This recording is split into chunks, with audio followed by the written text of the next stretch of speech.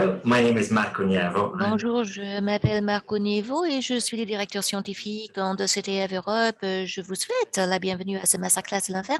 Je tiens à vous remercier au nom de tous les patients pour votre intérêt pour la NF. Maintenant, avant de passer aux choses sérieuses, je dois vous donner quelques instructions concernant la foire aux questions. Vous pourrez poser vos questions en utilisant la boîte de questions pendant la masterclass. Nous préférons obtenir les questions en anglais.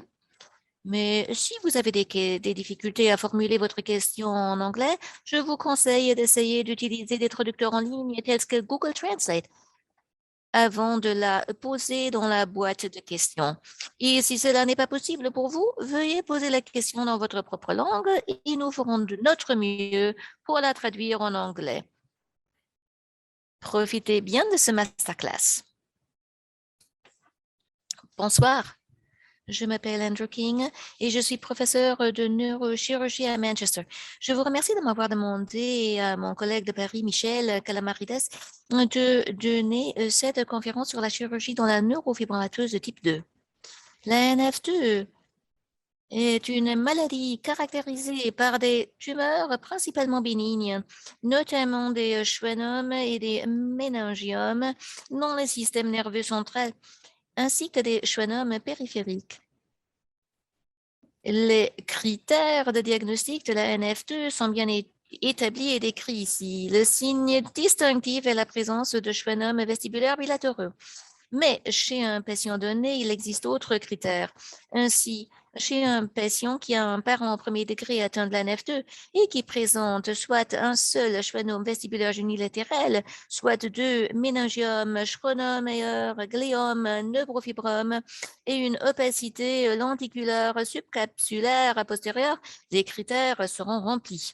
Une autre option pour un patient donné serait un schwannome vestibulaire unilatéral et deux des tumeurs de la liste que j'ai décrite ci-dessus. J'insiste sur le fait qu'un gliome est une tumeur extrêmement rare dans la NF2.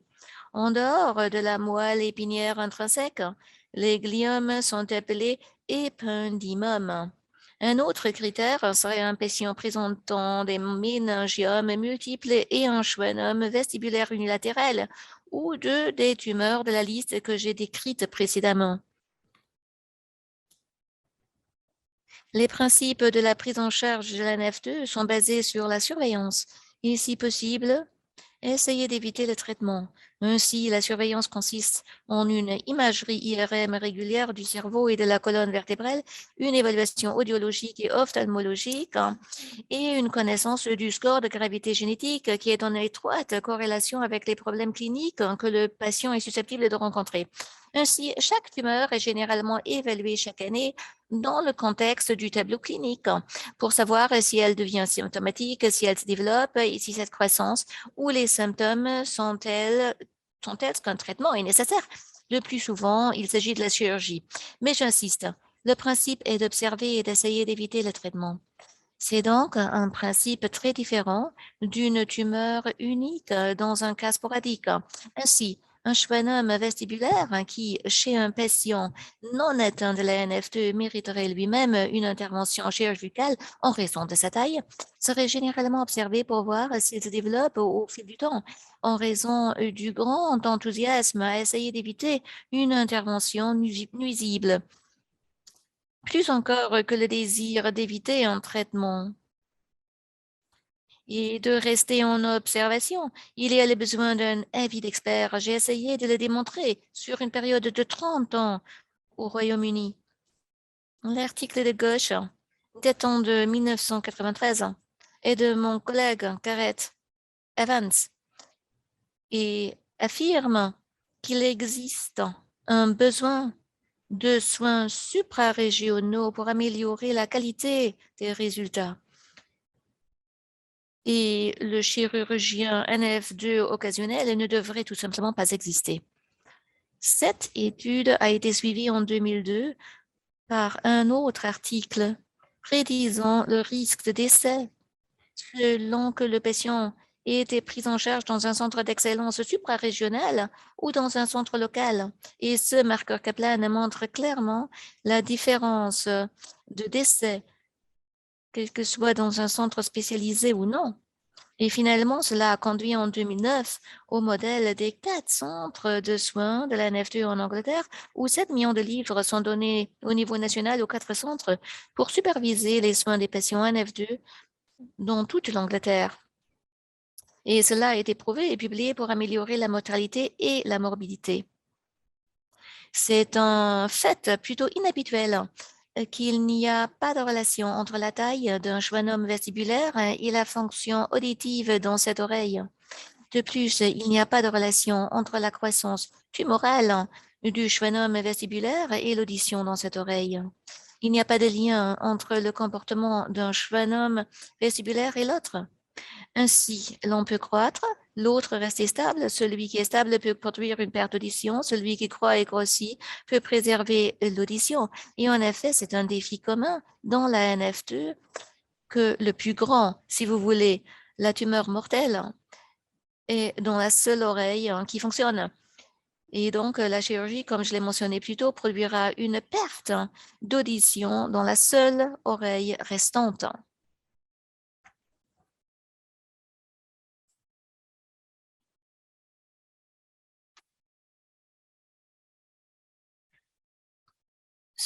Ce document, cet article produit par Michel Calamarides et ses collègues montre effectivement cette absence totale de corrélation entre la croissance et l'audition et fait ressortir un point important.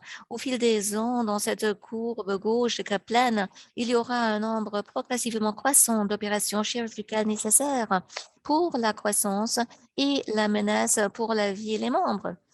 Alors que dans le même groupe de patients, un grand nombre d'entre eux ne perdront pas leur audition dans l'histoire naturelle de la maladie. Et il y a donc un conflit entre le contrôle de la tumeur et la gestion du contrôle de la tumeur et le désir d'éviter la chirurgie parce que cela évitera la perte d'audition. Une alternative à la chirurgie est la radiochirurgie Gamma Knife. Il s'agit effectivement d'une forme de radiothérapie et le terme radiochirurgie signifie simplement qu'il s'agit d'une dose unique de radiothérapie. Elle présente le grand avantage de ne pas resséquer la tumeur et donc, en dehors des généralités liées à une chirurgie majeure, de ne pas provoquer de perte d'audition au moment du traitement, à savoir la radiochirurgie.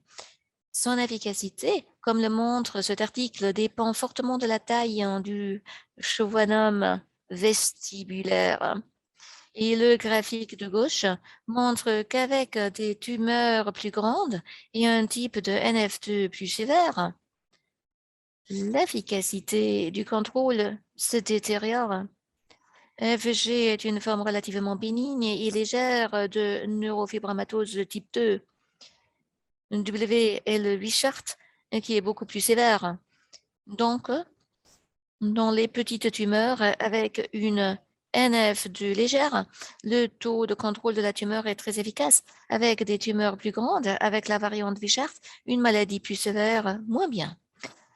À droite, Kaplan fait remarquer que même avec la radiothérapie, il y a une perte progressive de l'audition avec le temps. Et je pense que l'on peut se demander si l'on conserve l'audition à long terme avec Gamma Knife, même si ces enthousiastes soutiennent que c'est le cas. Le traitement idéal pour cette affection grave serait de ne pas opérer ni irradier. Ces deux techniques sont effectivement nuisibles. L'idéal serait un médicament sans effet secondaire. Eh bien, il n'y a pas de médicament sans effet secondaire, mais il y a environ 10 ans, un nouveau médicament est venu s'ajouter à l'arsenal des options pour traiter les schwannomes vestibulaires et autres schwannomes de la NF2, à savoir le bevacizumab. Il s'agit d'un inhibiteur de la VNF qui est administré régulièrement par voie intraveineuse, généralement 2 fois par semaine, parfois 3 fois par semaine à une dose variable. Et cette diapositive montre que dans ce cas particulier, il a entraîné une réduction très efficace de la tumeur.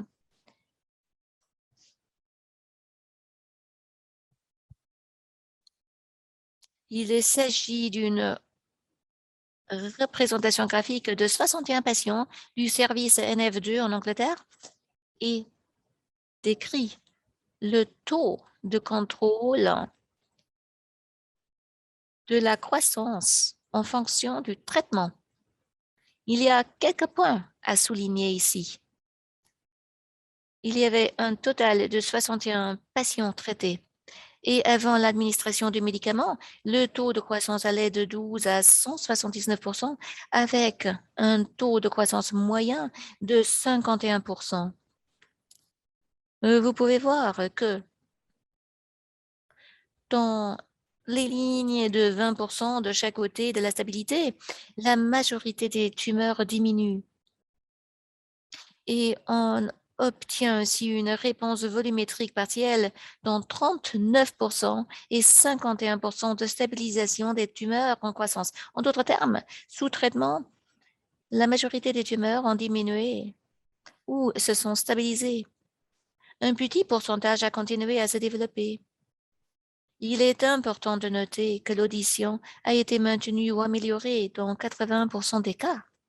Je dirais qu'il y a un débat quant à la durée de ce maintien de l'audition. Il peut certainement se produire et il peut se produire de manière fiable, mais je pense que le contrôle de l'audition à 80% est un peu optimiste. Il est également important de dire que lorsque le bevacizumab s'arrête, les tumeurs ont tendance à repousser, mais peut-être pas pendant un certain temps, peut-être un an ou deux, et par conséquent, on peut avoir des pauses de médicaments tumoraux. Compte tenu du succès relatif du bevacizumab, d'autres médicaments sont à l'étude. L'idéal serait un médicament oral qui ne nécessiterait pas que le patient vienne régulièrement à l'hôpital pour un régime intraveineux, mais jusqu'à présent, aucun autre médicament n'a permis de contrôler la tumeur dans la même mesure.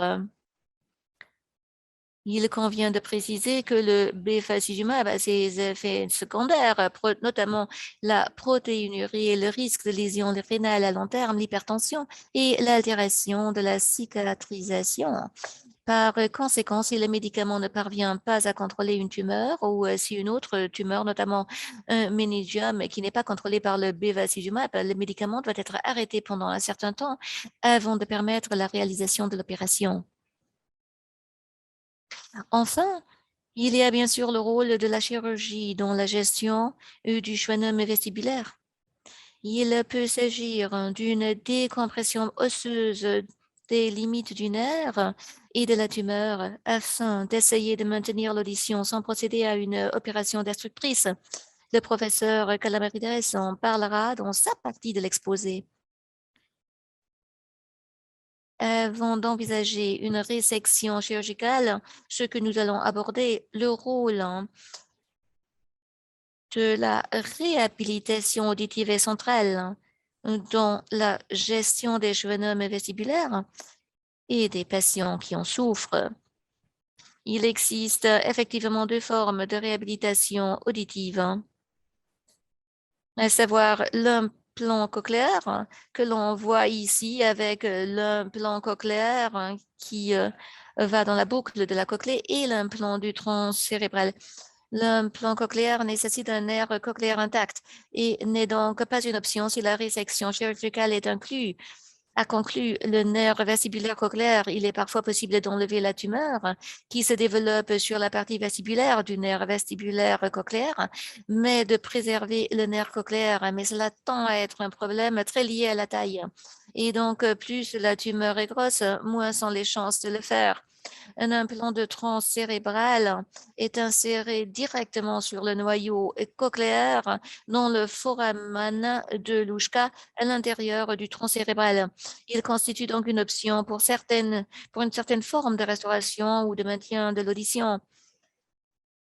Mais il est important de noter que si un implant cochléaire produit souvent une audition de qualité suffisante pour que le patient puisse, par exemple, entendre au téléphone.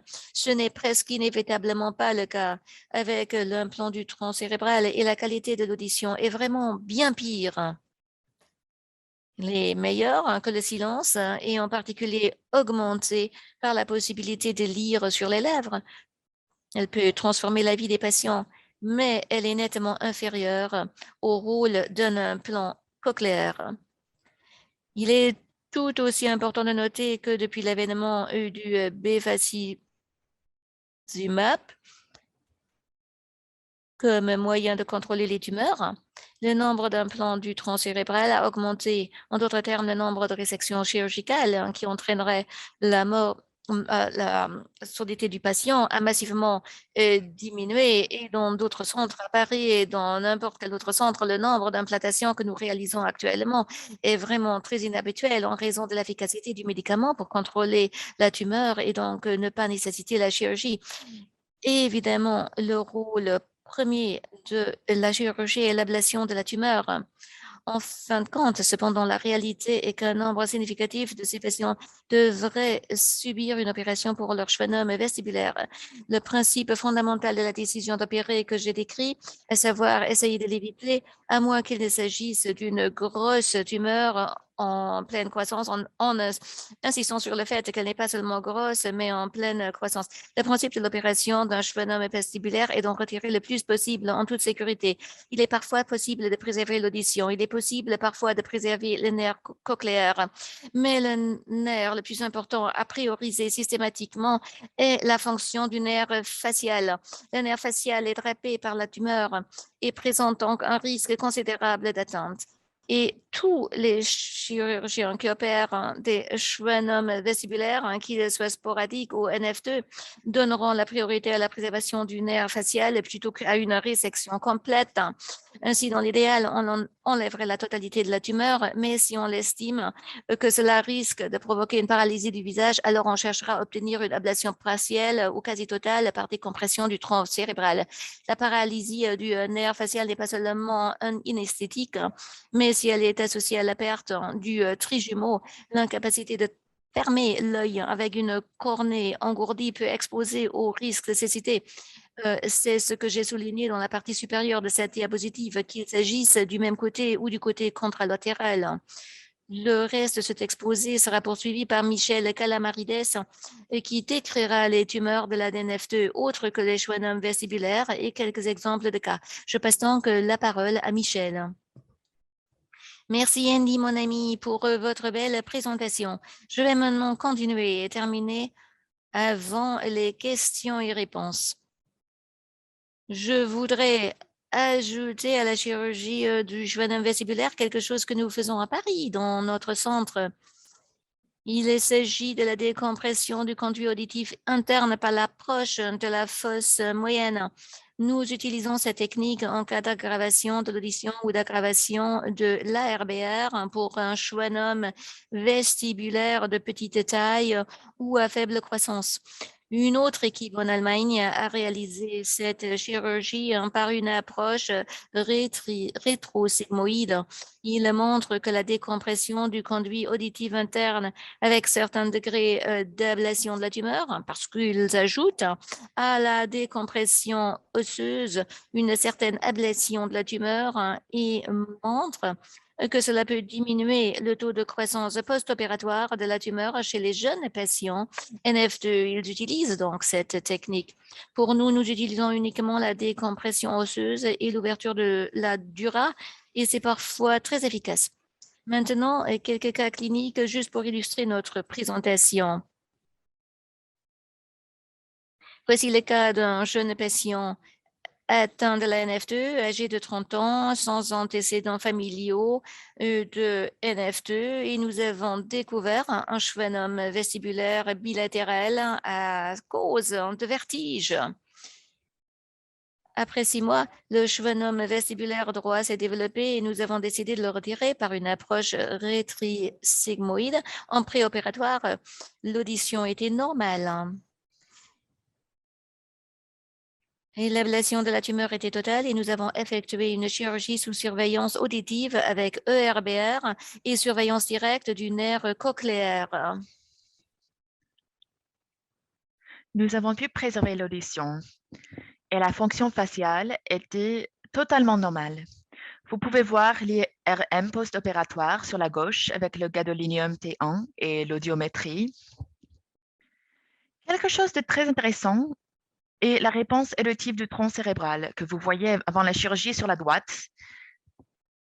Les ondes étaient retardées. Après la chirurgie, c'est normal. Et donc, l'ablation du schwannome vestibulaire a donc amélioré la fonction électrique du nerf cochléaire. Sur le côté gauche, avec une tumeur stable, alors avant, sur la droite, via la chirurgie, c'était normal. Et maintenant, les ondes sont totalement perdues. Cela signifie que nous observons une aggravation sur la gauche et si nous décidons d'enlever le schwannome vestibulaire gauche en cas de croissance tumorale, le prognostic de préservation de l'audition n'est pas très bon. Voici maintenant le cas d'un très jeune patient de la NF2.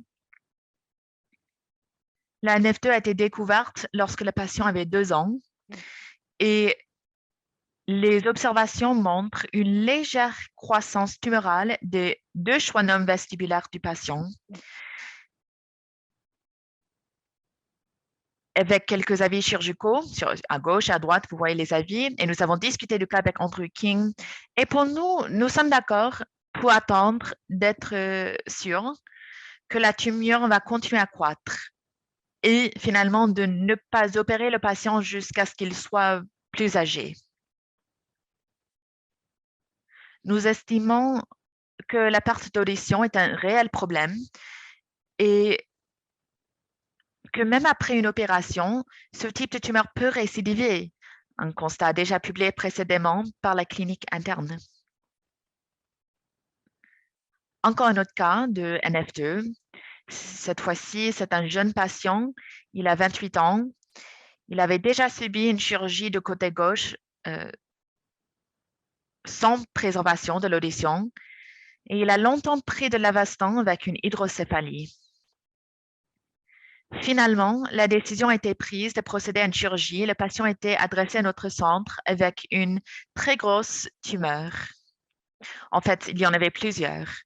Des schwannomes vestibulaires, des schwannomes trigénaux et des schwannomes sur le nerf cornéen inférieur.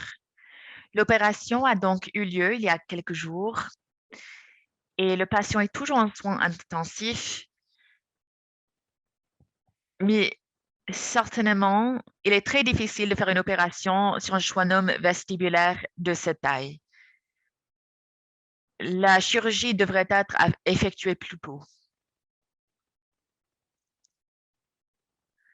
Nous allons maintenant passer au deuxième type de tumeur de la NF2, à savoir les méningiomes. D'abord, quelques faits sur les méningiomes. Dans un premier temps, l'évolution des méningiomes chez les patients de NF2 est imprévisible. Vous pouvez bien avoir des méningiomes de grade 2 et 3 avec un certain récidivisme. En fait, cela ne semble pas être aussi fréquent que pour les méningiomes sporadiques.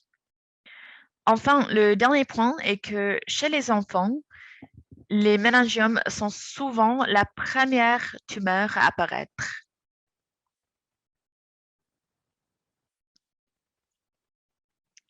Quelles sont les options thérapeutiques? Comme pour les schwannomes vestibulaires, nous estimons que l'observation est nécessaire et très utile pour comprendre l'histoire naturelle de chaque méningiome chez chaque patient. Nous avons donc publié récemment un barème de score permettant de prédire le risque de croissance rapide des méningiomes. Et vous pouvez voir sur le graphique qu'en fait, la plupart des méningiomes chez les patients d'NF2 sont plus lents. Ils ne se développent pas. En fait, certains méningiomes vont se développer rapidement. Et dans le barème que nous avons établi, vous voyez les 4 critères. Là, vous avez le diamètre de la tumeur, c'est-à-dire que le risque de croissance est plus élevé pour un grand méningiome. Puis, Il n'y a pas de classification en cas d'œdème péritumoral. Et dans le cas de T2, vous pouvez voir l'hyperintensité ou une iso-intensité. Nous avons établi ce score pour prédire la croissance et pour prendre des décisions concernant le traitement, peut-être lorsque la tumeur commence à se développer. Quelles sont les options pour traiter les méningiomes en croissance? Il est possible d'utiliser la radiochirurgie, le gamma knife, le cyberknife ou autre, ou alors la radiothérapie pour les méningiomes plus importants. Elle peut être utilisée comme traitement de première intention pour les petits méningiomes croissants asymptomatiques ou en cas de récidive. Mais je ne pense pas que lorsqu'il y a un œdème, il soit bon de traiter par un gamma knife. Et lorsqu'il y a un déficit, la chirurgie, par contre, est obligatoire. Il y a donc peu d'options, peu de possibilités pour la radiochirurgie et la radiothérapie, mais elles peuvent aider, surtout lorsque le patient ne veut plus de chirurgie pour les petits méningiomes en croissance. Dans cet article, vous pouvez voir qu'il est relativement efficace de traiter les méningiomes par radiochirurgie chez les patients.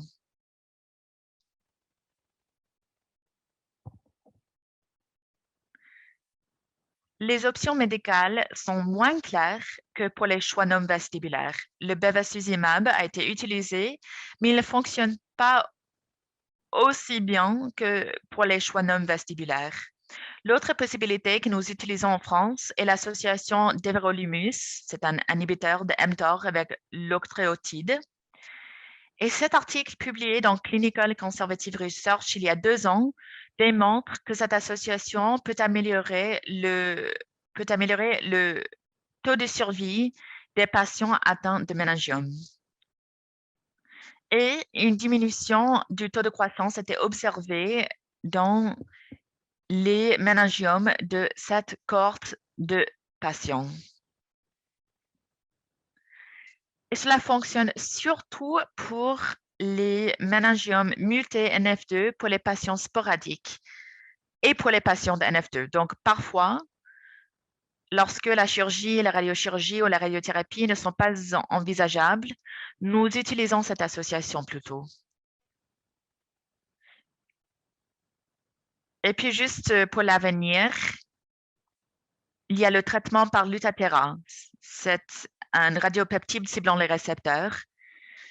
La plupart des méningiomes, particulièrement les bénins, ont des récepteurs de somatostatine. Et vous pouvez voir le signal moyen lorsque vous effectuez une cape d'Otatoc.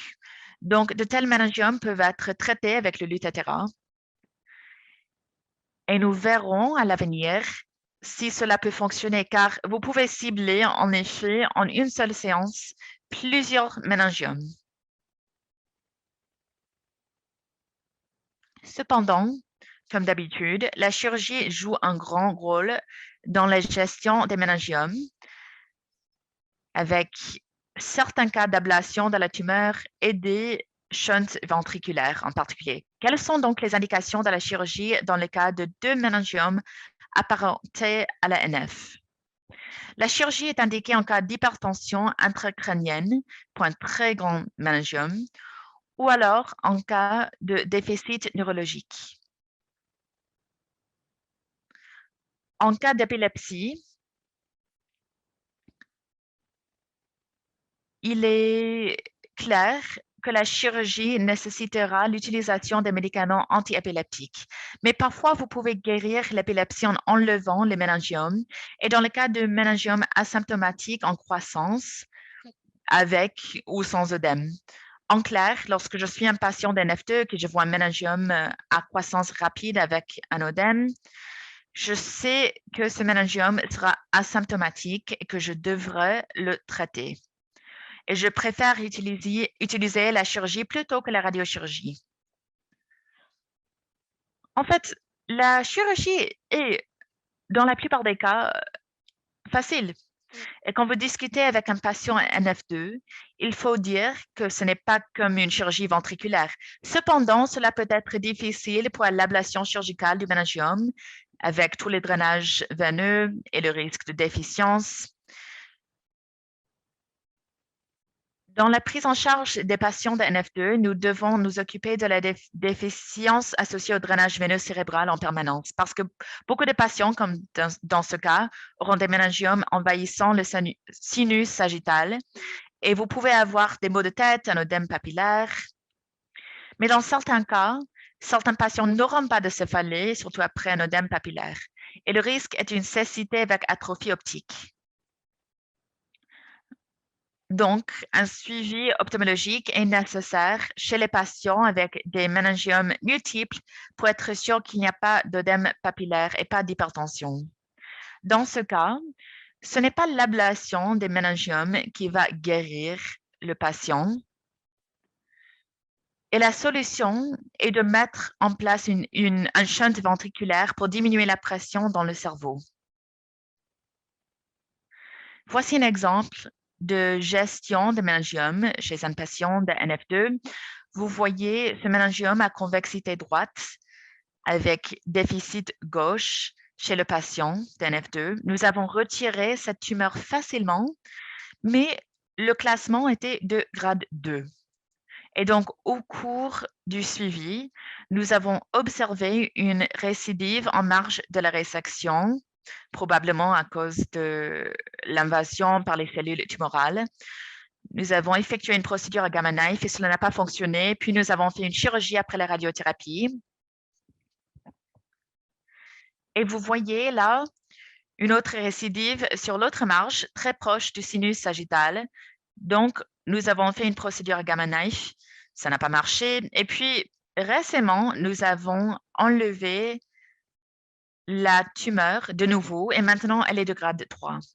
Donc, nous suivons le patient. Le patient a un léger déficit à gauche.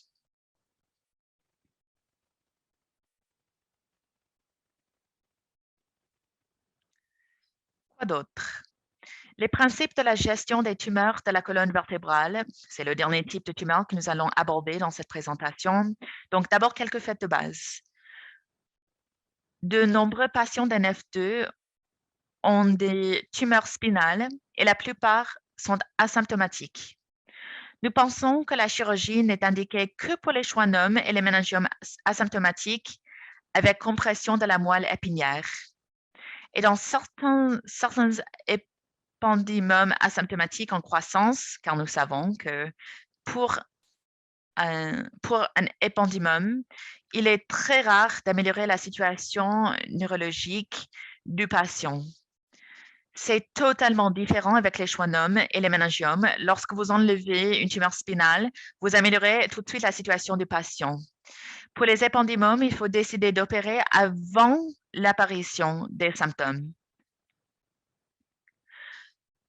En fait, nous avons réalisé une très belle étude avec Andrew King à Manchester et nous avons montré que la chirurgie pour les gros épendymomes asymptomatiques est préférable à l'observation pour les patients de NF2. Et vous améliorez la probabilité de survie du patient NF2 en même temps. Quelles sont donc les options thérapeutiques pour les tumeurs spinales? L'observation pour comprendre l'histoire naturelle de chaque tumeur, la radiochirurgie ou alors la radiothérapie. Non, en fait, il n'y a pas de place pour un tel traitement. Le traitement médical au bevacizumab peut être utile pour traiter certaines parties kystiques en croissance des épendymomes, comme vous pouvez voir dans cet exemple.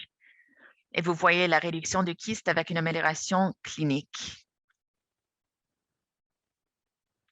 Et, comme d'habitude, il reste une grande place pour la chirurgie avec ablation de la tumeur.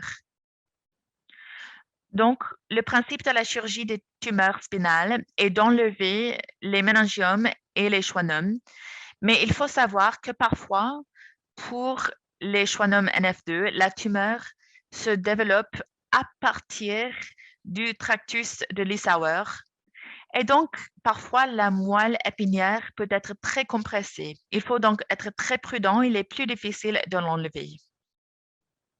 Je trouve qu'un schwannome chez les patients d'NF2 par rapport au schwannome sporadique,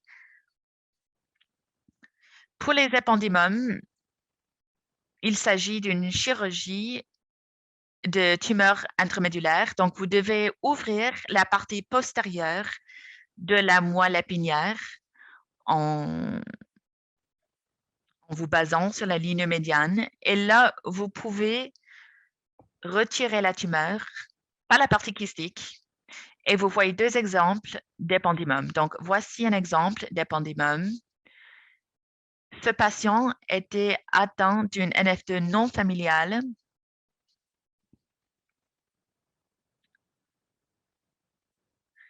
Et je crois que la NF2 a été découverte à cause de ce schwannome. Vous voyez sur la première IRM deux localisations d'épendymome. La première dans la partie cervicale avec quelques kystes et la deuxième dans la partie thoracique inférieure. Et vous voyez sur le T1. Donc, le patient a été suivi, mais il s'agit d'une IRM 9 ans plus tard. Et j'ai envie de dire qu'il a été trop suivi, car lorsque j'ai vu le patient, il avait le déficit préopératoire. Il a la paralysie à gauche, là. Et vous voyez que l'épendymome cervical était le plus gros, avec un gros kyste. Et c'était la même chose sur la partie thoracique. Donc, j'ai enlevé la partie cervicale et le patient, au début, était en pire état. Avec le suivi, maintenant, il va mieux, mais il a toujours ce déficit sur le côté gauche.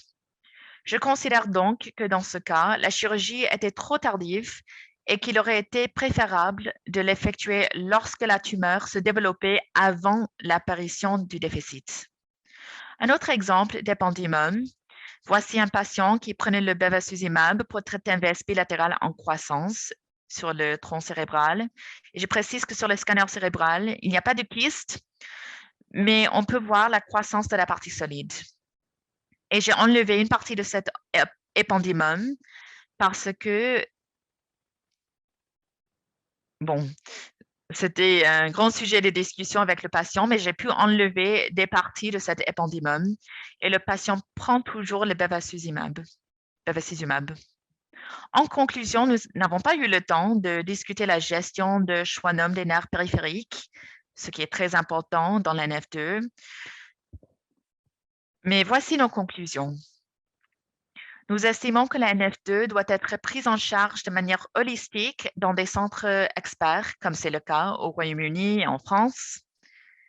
La chirurgie est la principale option dans la prise en charge des tumeurs des patients atteints de la NF2 et dans de nombreux types de tumeurs d'ailleurs. Et puis, quels sont les facteurs qui influencent la décision chirurgicale, hormis l'expérience du chirurgien? Il s'agit de la charge tumorale liée à la sévérité de la NF2, les changements effectués pour atténuer les symptômes et le risque d'histoire naturelle et le risque de croissance tumorale. Donc, je pense qu'il y a deux cas d'indication de chirurgie. Le premier étant le patient asymptomatique ou en cas de VS de petite ou moyenne taille en croissance. Et le deuxième est le cas d'épendymome asymptomatique en croissance. Lorsqu'une intervention chirurgicale est décidée, elle doit être réalisée dans le but de resséquer la tumeur, au moins de manière subtotale. Je pense que l'ablation partielle n'a pas de sa place et qu'il vaut mieux éviter la chirurgie plutôt que d'enlever de petites parties. Et comme pour chaque patient, nous devrions avoir une sécurité maximale dans cette procédure. Le risque de la radiochirurgie et de la radiothérapie est toujours un sujet de discussion. Ce n'est pas clair, même dans la documentation préalable. Et il y a un risque de malignité que nous et Andrew King, nous allons discuter sur la base de l'expérience actuelle soumise. Et ce qui est très agréable et ce qui donne de l'espoir pour l'avenir, c'est qu'il y a de plus en plus d'options de traitement médical de la NF2 pour les schwannomes vestibulaires, pour les méningiomes et peut-être pour les épendymums. Je suis donc certain que dans un avenir proche, la prise en charge des patients atteints de NF2 sera totalement différente avec de nombreuses options médicales. Elle sera donc différente, mais peut-être plus difficile car nous devrons gérer l'observation, la chirurgie, la radiothérapie, la radiochirurgie et le traitement médical. C'est la raison pour laquelle les centres experts joueront un grand rôle dans la gestion de la NF2. Merci et nous allons maintenant passer aux questions et réponses sur la base de ces deux présentations.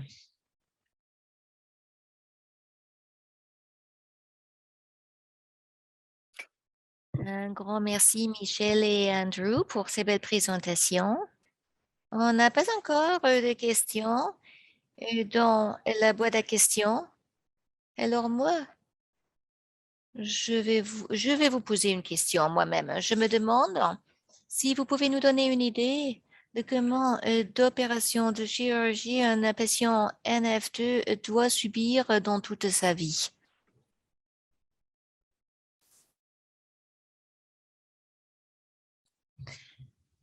Bon, ça dépend de la gravité de la maladie. Et la gravité de la maladie est liée à la génétique, dont le type de mutation est très important. Et maintenant, nous devons baser notre gestion à long terme sur les patients. Donc, il faut voir quel type de médication. Et bien pour le patient, il y a un score basé sur l'affinité, un peak score. À mon avis, peut-être 7 ou 8 chirurgie, mais à mon avis, c'est toujours mieux d'avoir moins de chirurgie. Les chirurgies, c'est quelque chose d'important pour la gestion et la prise en charge du patient, surtout aux États-Unis. Les patients désirent obtenir un médicament. Et oui, on a de bons résultats, mais j'en suis sûre qu'il y aura une nécessité pour la chirurgie, peu importe l'avenir des médicaments. Ça va rester. Et nous avons des patients qui n'ont jamais dû subir une chirurgie, alors on les suit, ces patients, et ça dépend de leur sévérité. Est-ce que vous voulez commenter, Andrew?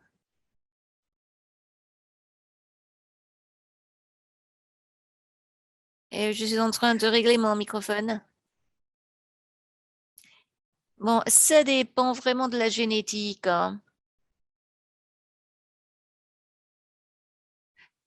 Il y a des patients qui n'ont pas eu d'opération pendant 4 ou 5 années. Les jeunes, des jeunes avec maladies sévères, graves, ils avaient des kystes, des méningiomes, etc., etc. À mon avis, beaucoup de personnes qui souffrent de la maladie NF2 et qui ont multiples tumeurs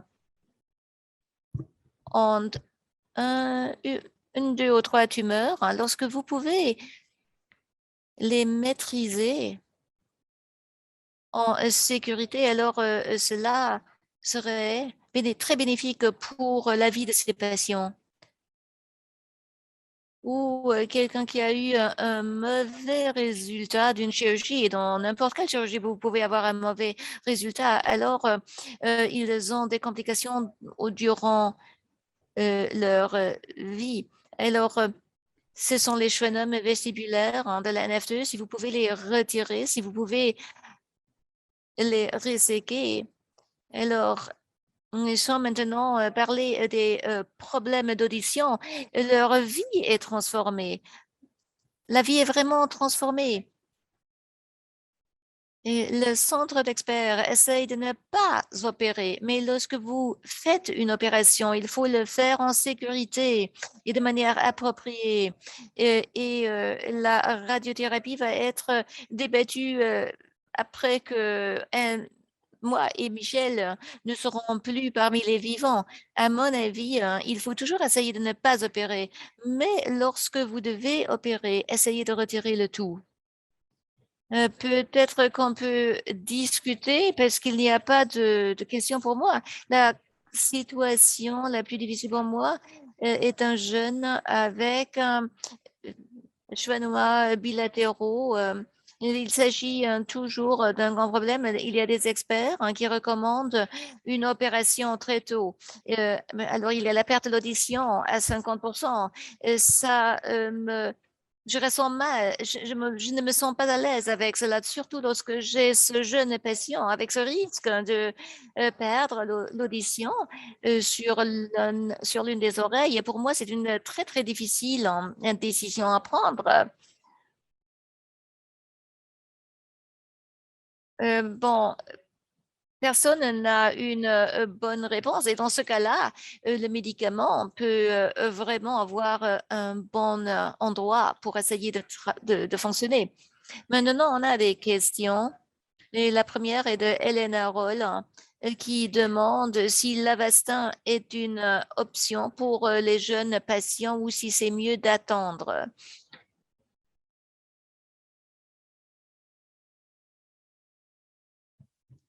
Oui.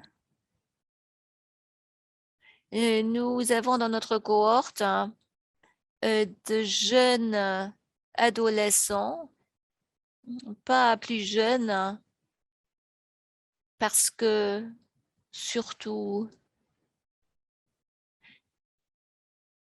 il y a rarement dans l'expérience au Royaume-Uni, peut-être Michel a eu une expérience, nous ne faisons rien qu'observer. Nous surveillons et notre inclination est plutôt de ne rien faire. Mais pour les enfants sur Avastine, oui, absolument. Pour les enfants, vous voyez parfois des schwannomes qui croissent très rapidement. Et dans ce cas-là, l'Avastine ne fonctionne pas aussi bien que chez l'adulte. Lorsque vous surveillez les résultats de l'Avastine, ça fonctionne bien chez le jeune euh, patient avec des schwannomes vestibulaires. Vous pouvez faire une chirurgie. Bon, vous pouvez faire peut-être retarder la chirurgie, mais quand même. Et qu'est-ce que vous pensez, Andrew? Oui, donc lorsque vous avez une tumeur qui s'accroît rapidement et vous faites une résection et puis vous mettez le patient sur Avastine, il y aura peut-être une bonne correspondance entre les deux. De cette manière-là, vous pouvez sauver l'audition pour une certaine période et vous faites la chirurgie de l'autre côté. Parfois, vous pouvez faire la chirurgie et puis traiter le patient avec l'Avastine. Il y a une question de John Mask. Quel sera le scénario normal lorsque vous utiliserez une décompression du canal auditoire? Je ne comprends pas bien cette question. Il s'agit de la décompression? Bon, et quel serait un scénario général commun lorsque vous utiliserez un canal auditoire, une décompression du canal auditoire? Eh oui, oui, il parle de la décompression du canal auditoire. Nous aimons faire cette décompression. Eh non, ok. La question, donc la question, quel sera le scénario commun lorsque vous utiliserez une décompression du canal auditoire? On utilise la décompression du canal auditoire et lorsqu'il y a une croissance du schwannome vestibulaire, mais un décroissement de l'audition. Parce que vous avez la compression chronique du nerf cochléaire dans le canal. C'est donc bien d'élargir le canal. Vous ouvrez la turera et parfois vous pouvez dévasculariser la tumeur pour prolonger l'audition. Il est impossible d'améliorer l'audition, mais de cette manière-là, dans le cas des fluctuations de l'audition, parfois, vous avez des gens qui perdent leur audition, puis ils se réhabilitent et on peut stabiliser l'audition pour un certain temps. Donc, c'est utile. Et parfois, après avoir retiré la tumeur, on peut... bon, il y a toujours ce risque, bien sûr, pour le nerf cochléaire. Et là, on fait cette décompression. Dans notre centre, on le fait 2 à 3 fois par an. C'est rare quand même. Mais cela peut être utile. Andrew, est-ce que vous voulez commenter? Alors, nous n'avons pas tendance à réaliser cette procédure à Manchester. Il n'y a pas une raison particulière à cela, c'est juste, ce n'est pas notre habitude. Mais les articles de Michel à ce sujet sont très convaincants. Je crois que dans les cliniques internes, on a commencé, il y a de nombreuses années, on a commencé à réaliser cette procédure, on a redécouvert ce volet, cette procédure, et dans certains cas, elle est appropriée. Sur vos diapos, bon, concernant les diapos, il n'y a plus de questions. Si je peux me permettre de rajouter quelque chose. Alors, si on suit le patient par le biais de l'audiométrie avec les RBR ou la RBR, c'est très important parce que comme cela, vous pouvez détecter le risque de la perte d'audition si vous suivez la RBI. Des fois, l'audition est stable, l'état de l'audition est stable, mais vous voyez un signe sur la RBI et dans ce cas-là, on aime intégrer ces données dans la prise en charge du patient. Donc, si le patient a un VS stable, une audition normale, mais que vous voyez un signe préoccupant sur la ABR, parce que sur la ABR, vous avez des courbes et des fois, il n'y a pas de courbe. Dans ce cas-là, vous pouvez prévoir qu'il y a quelque chose qui va se produire et vous pouvez à ce moment-là discuter de la décompression. Vous pouvez suivre davantage le patient de plus près. Alors, on aime intégrer ces données-là. Ça prend beaucoup de temps, mais à la clinique NF2, on rajoute les données ABR. Bon, pas forcément systématiquement, mais là où on fait un suivi de proximité du patient. Merci. Comme il n'y a plus de questions, j'ai envie de vous poser encore une question parce que dans votre présentation, vous avez parlé de plusieurs cas différents où vous avez dit que le patient est arrivé trop tard. Par exemple, l'enfant atteint d'un schwannome vestibulaire avec une invasion sur la marche qui a été difficile à opérer.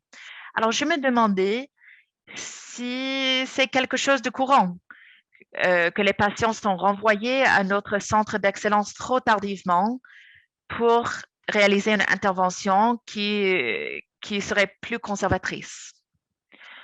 Oui. C'est toujours compliqué en France, oui. Alors, nous avons 5 centres de référence en France,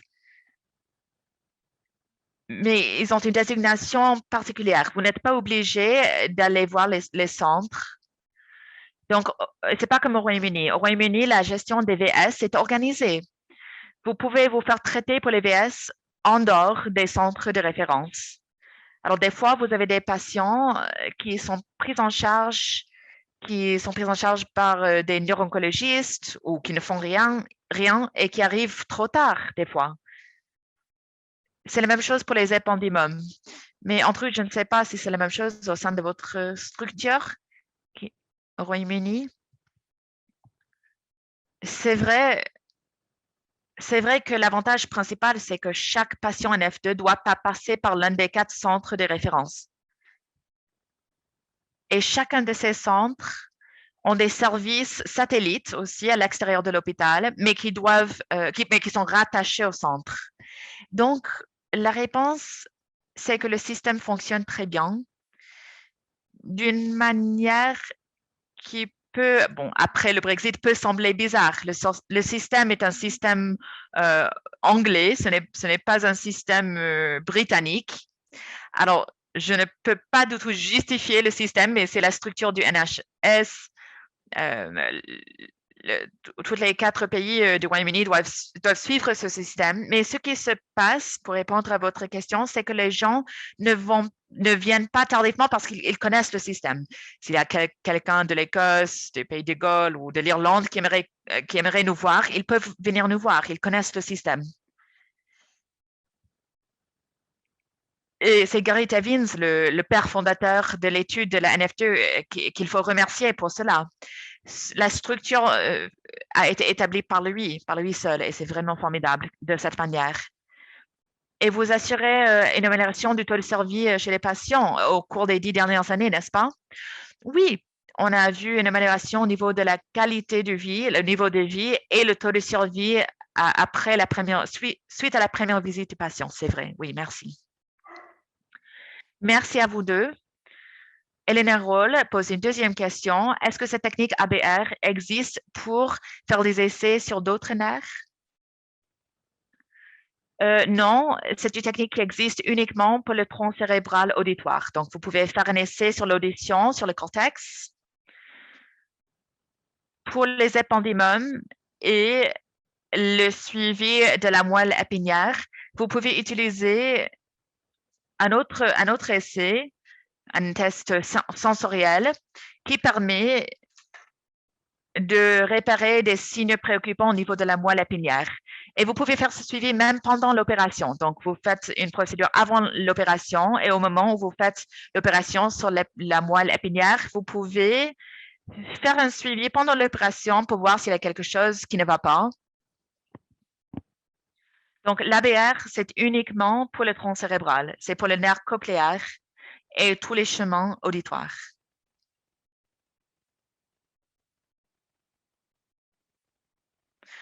Merci beaucoup donc. Et je ne sais pas si il y a quelques questions auxquelles vous voudrez répondre avant de terminer. Oui, je veux bien.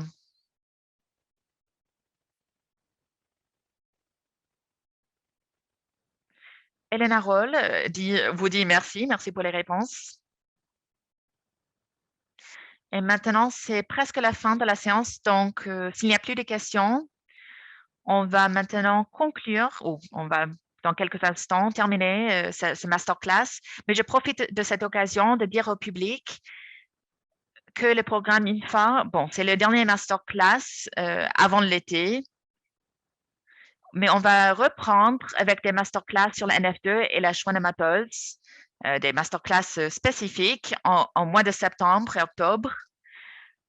Donc, n'hésitez pas à consulter notre site web pour tous les détails. Et on va aussi envoyer la gazette à tous les abonnés de notre newsletter.